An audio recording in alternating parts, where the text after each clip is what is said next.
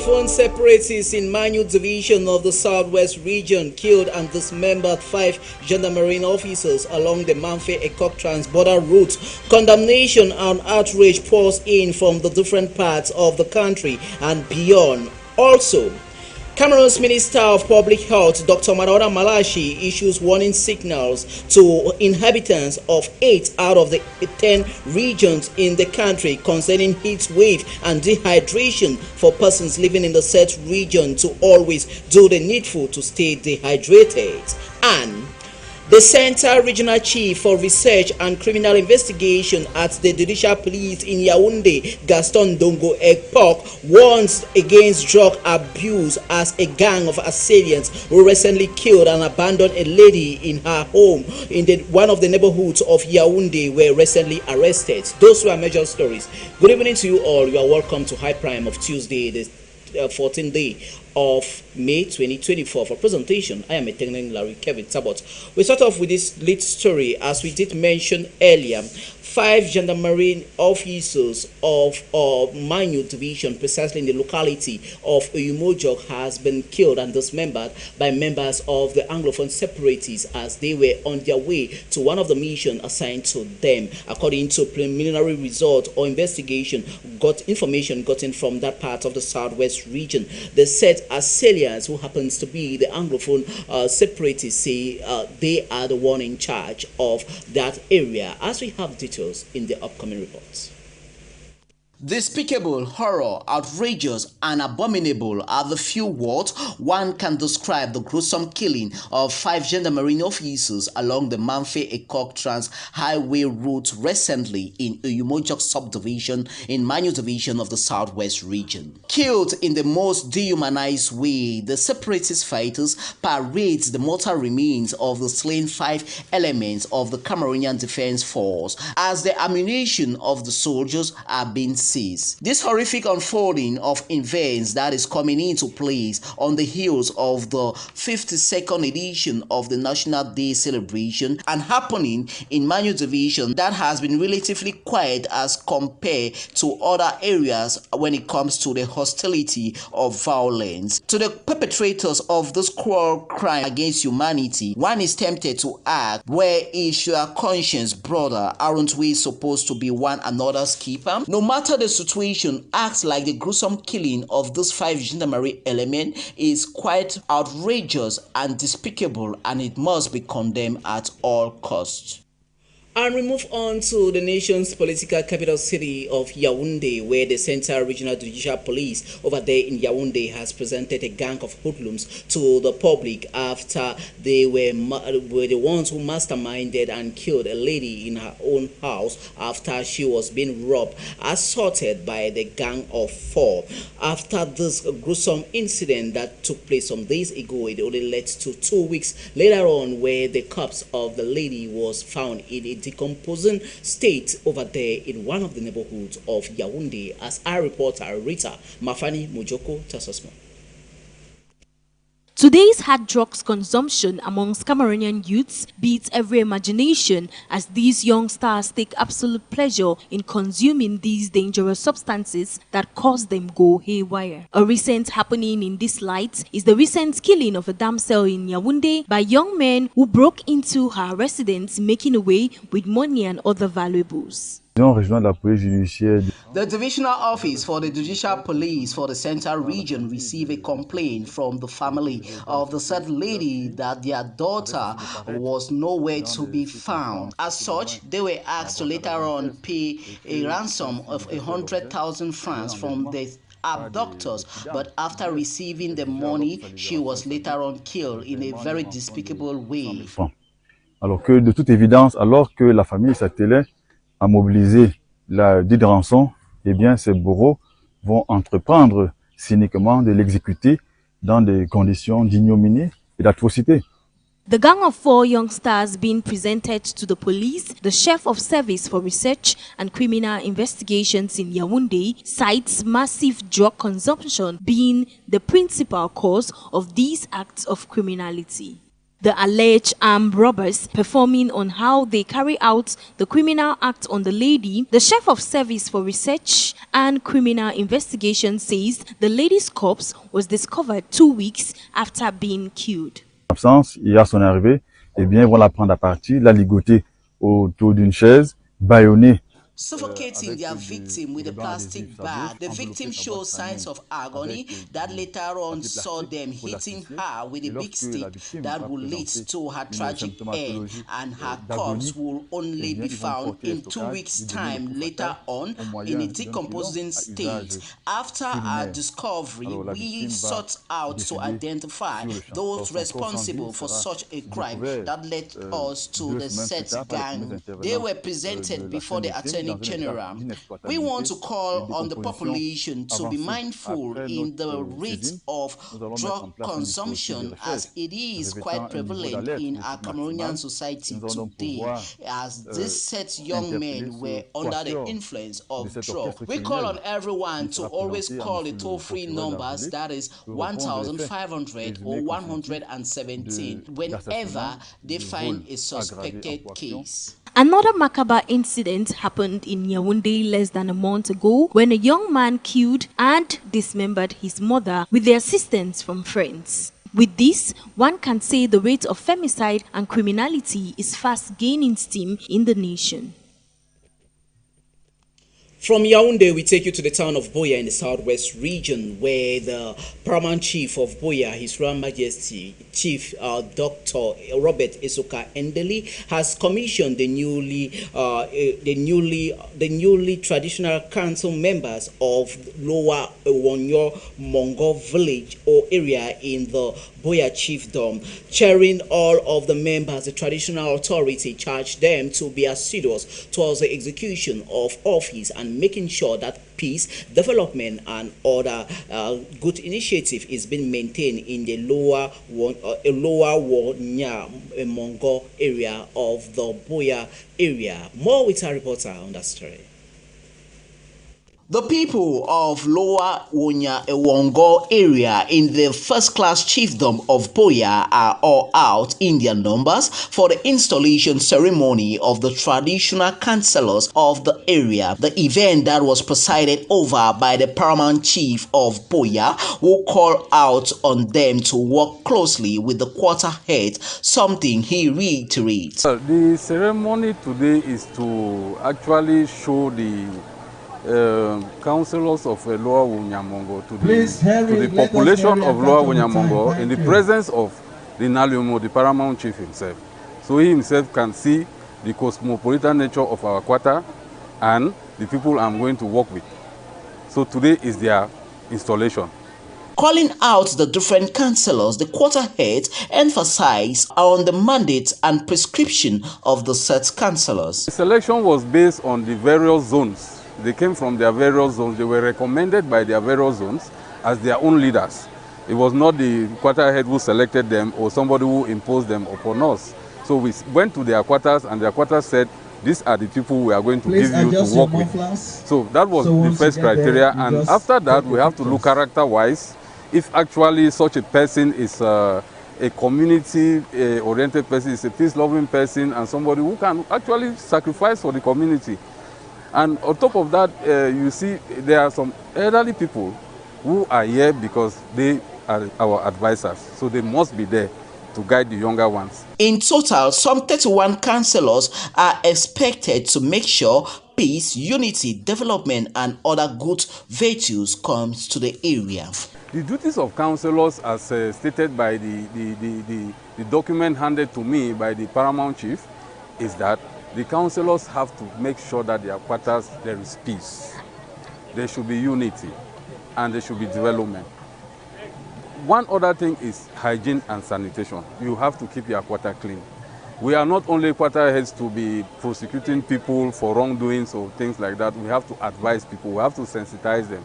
And upon that, we of Lower Wunyamongo, we have developed a plan of action that we are going to send our councillors for local government training to the councils and even to NASLA for them to be trained on how to manage the community. Not just being a councillor per se, but you have to actually have the knowledge how you have to work in relation to the government. With the councillors excited to work with one another, the quarterhead expatiates on how they will be gaining further skills from the National School of Local Administration, NASLA.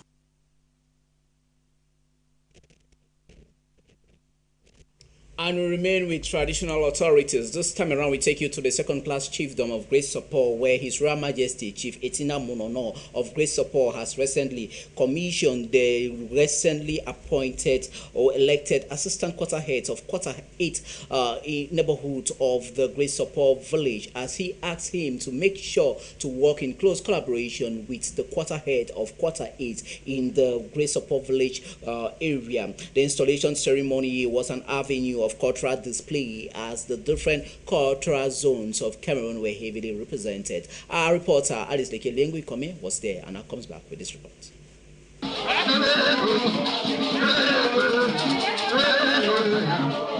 It was all celebration and jubilation at Quarter 8's Great Support Boya over the weekend. His Royal Majesty Chief Etina Monono of Great Support Village, one of the most dynamic chief in Fako Division, is out again on another installation of an assistant quarterhead in Quarter 8's Great Support Boya. Mama says to you, so you go see them by force before you can put it down.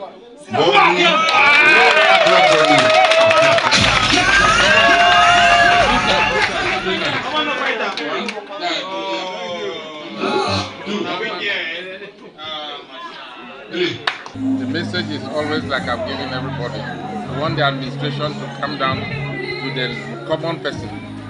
And the quarters are so big that one person cannot handle it. So I have to put an assistant in order to get perfect administration, good services for the rest of the population. It is all about living together. We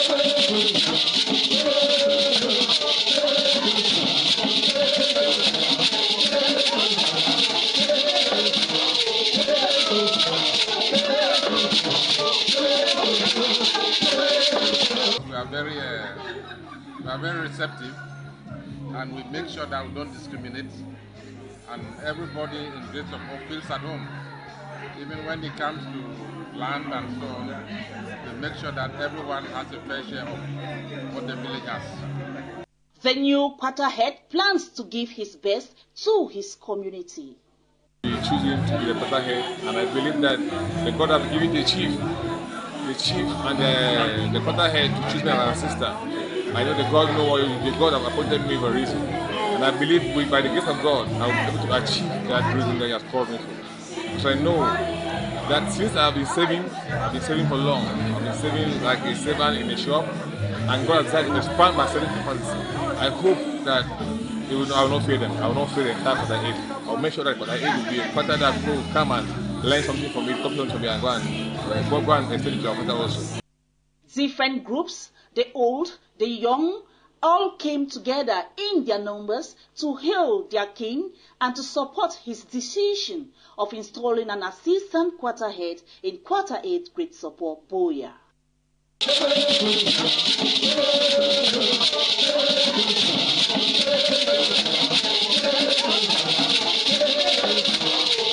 You are watching High Prime, and we are coming to you live from our main studio here in High Television. We move on to one of our top stories, as we did mention earlier, in a recent communique issued by Cameroon's Minister of Public Health, Dr. Manaona Malachi, following the National Observatory analysis on climate change in the country. Once 8 out of the 10 regions will be facing dehydration risks, as the Minister of Public Health, Manaona Malachi, urges the set population living in the 8 regions to make sure that they get all it takes for them to stay away from the enormous heat wave that will be coming to the various 8 regions of the country. Aisha Mbeng takes interest in this story and now tells us more. 8 out of Cameroon's 10 regions are facing a potential threat of elevated temperatures surpassing regional norms, which could predispose the populace to health hazards like dehydration, as cautioned by the Minister of Public Health. Based on climate change data analysis spanning March, April, and May, the National Observatory on Climate Change identified only the west and southwest regions as exempted from this phenomenon. In a recent press release, Dr. Manahuda Malashi urged public awareness while delineating preventive measures to mitigate the extreme conditions. In the statement, it highlights that, given the adverse health implications of such climate fluctuations, the minister further emphasizes the importance for all, including those in good health, to adopt precautionary measures during periods of extreme heat and promptly seek medical attention if warning signs manifest. Indicators of potential dehydration encompass symptoms like cramps, headaches, nausea, unusual fatigue, intense thirst, reduced urine output, darkened urine, dry mouth, patched skin, and diminished skin elasticity. To preemptively address the situation, the public health authorities advises residents of affected regions to maintain adequate hydration by drinking water consistently throughout the day, refrain from engaging in strenuous physical activities during peak temperature hours, seek shelter in shaded areas, and wear lightweight breathable attire. Utilize fans or air condition where available to lower body temperature. Keep a close eye on vulnerable demographics such as the elderly, individuals with chronic illnesses, and children. Regularly dampen the body to stay cool. Ensure proper ventilation in homes, particularly in the early morning and evenings. Avoid alcohol consumption, which exacerbates dehydration. With all the above methods, if carefully followed, residents of the affected regions will therefore be safe from the threats of climate change.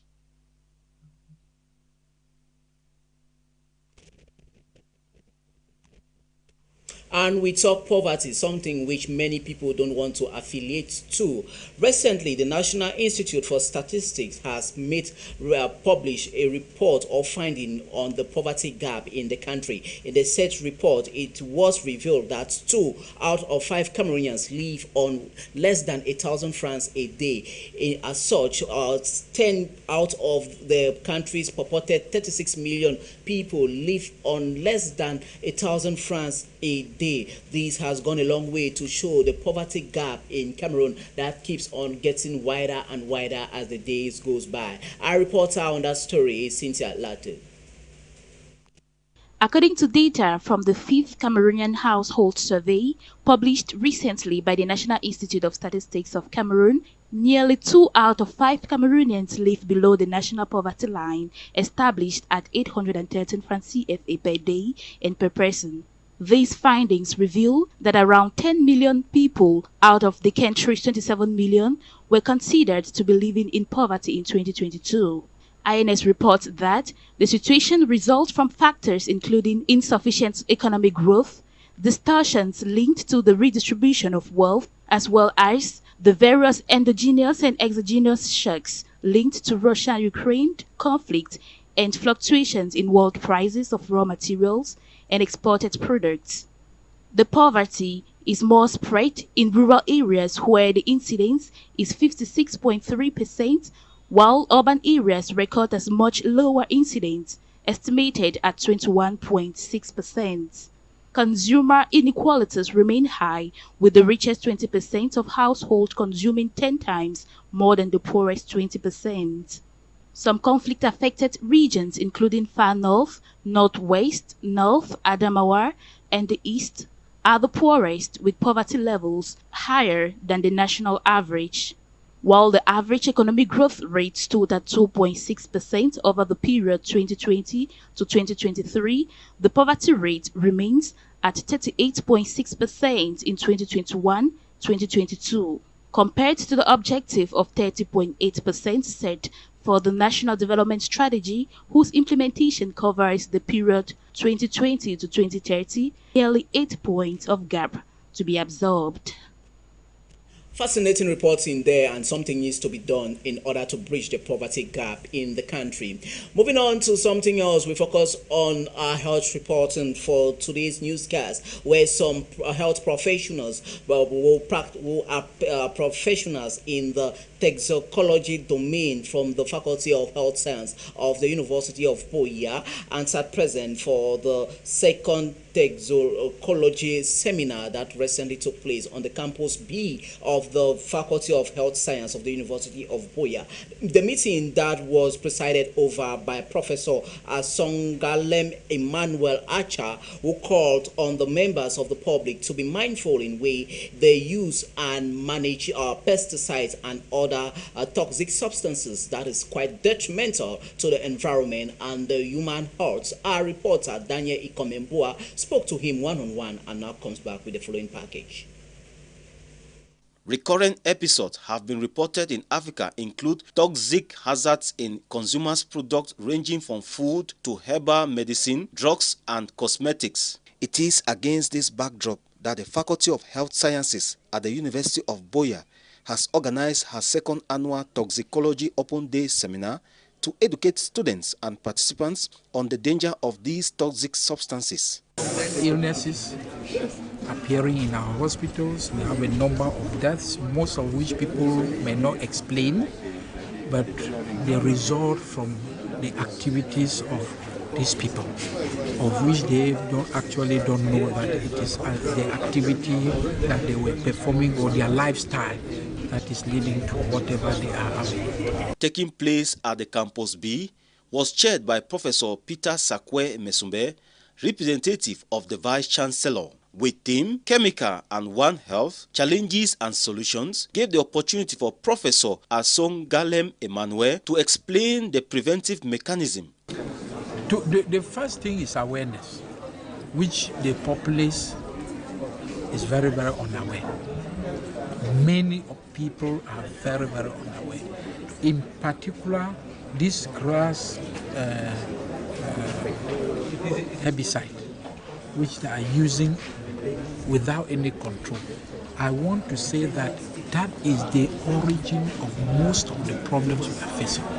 You find them in the air we are breathing, you find them in the water that we are drinking, you find it in our food. And when these farmers are applying them in the farm, they hardly follow the instructions which are written on it. But how can these toxic elements be identified? To identify them, you need to look at them. One, people who are drinking beers, the smokers, the professions. You can see somebody like the mechanic, you look at him, he's not protecting himself. You see somebody like the carpenter, the dust is everywhere, he doesn't protect himself, and so on. So the profession the person is doing will determine what the illnesses you are going to encounter. Professor Asongalem further explains how our lifestyles should be managed within the environmental exposure. Our lifestyle determines so much as to how long we will stay here, no matter what. It doesn't mean that the lifestyle, the chemicals will be the main determinant as to how you are. As you saw in the presentation, we said there were 5 other things which could take place. You could have a problem of microorganisms, but you could have problems of accidents or physical agents. You could have problems of fire and radiation and so on. So there are a number of things depending on where you are. To the Dean of the Faculty of Health Sciences, this seminar is timely. The seminar is part of us because I think what I remember here is we're exposed to death. And I think what I want to remember again is that it's an invisible form of death. When you talk of chemical exposure, you don't know where it's coming from. When we're panicking with COVID, these people could test and see. But when you have to deal with chemicals, you don't know where it comes from. So at any point in life, we are exposed to death, especially chemicals, food, and where we find ourselves. So it's frightful. So that gives you the importance. At the end, students and participants were all advised to be precautious when consuming products with toxic substances.